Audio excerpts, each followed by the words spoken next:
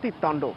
আর সেই তাণ্ডব এমনই যে ক্ষেতের ফসল তছনছ, আলু চাষের ব্যাপক ক্ষতি, কতটা ক্ষয়ক্ষতি হলো আর সেই ক্ষয়ক্ষতি এবার মিটবেই বা কিভাবে। আমার সঙ্গে রয়েছেন প্রতিনিধি সুকান্ত। সুকান্ত, একটু প্রথমে জানতে চাইবো যে কতটা বিঘের জমি নষ্ট হলো, মানে ফসল নষ্ট হলো।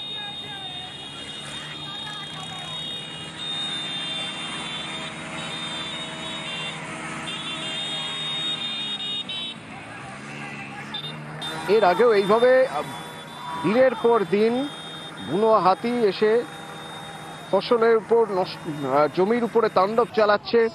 বন দপ্তরের বিরুদ্ধে মানুষের ক্ষোভ বরাবর যে বন দপ্তর কেন কোনো ব্যবস্থা নিচ্ছে না, কিন্তু বন দপ্তর কি করছে সে প্রশ্ন যেমন উঠছে, তেমনই প্রশ্ন উঠছে যে এই যে ড্যামেজ হলো, এত জমির ফসল নষ্ট হলো, তার কি হবে? সুকান্ত, যে এত জমির ফসল নষ্ট হলো তার কি হবে?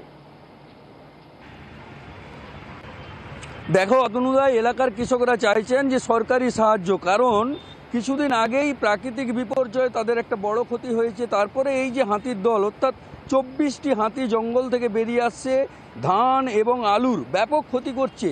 কৃষকরা এখন চাইছেন যে সরকারি সাহায্য, অর্থাৎ বন দপ্তর এই কৃষকদের পাশে দাঁড়াক। শুধু তাই নয়, কৃষকেরা নয়, এলাকার মানুষও এখন আতঙ্কিত, কারণ অতনুদা দেখাই যাচ্ছে যে রাজ্য সড়ক পার করে হাতির দল একে একে করে এলাকার দিকে যাচ্ছে, অর্থাৎ এলাকার মানুষ তারাও আতঙ্কিত রয়েছেন। চন্দ্রকোনার কুয়াপুর এলাকায় কাল রাতভর দাপিয়ে বেরিয়েছে এই 24টি হাতির দল।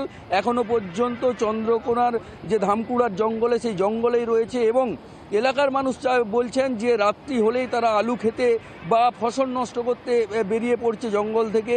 এর ফলে আতঙ্কিত রয়েছেন। তাদের যেমন বন দপ্তরের বিরুদ্ধে একটা অভিযোগ উঠছে, তারা দাবি করছেন যে বন দপ্তর এই হাতির পালকে সরিয়ে নিয়ে যেতে পারছে না, যার ফলে ক্ষতির সম্মুখীন হতে হচ্ছে। দেখা যাক বন দপ্তর কি করে আর তাদের কোনো ক্ষতিপূরণ কোনোভাবে মেলে কিনা।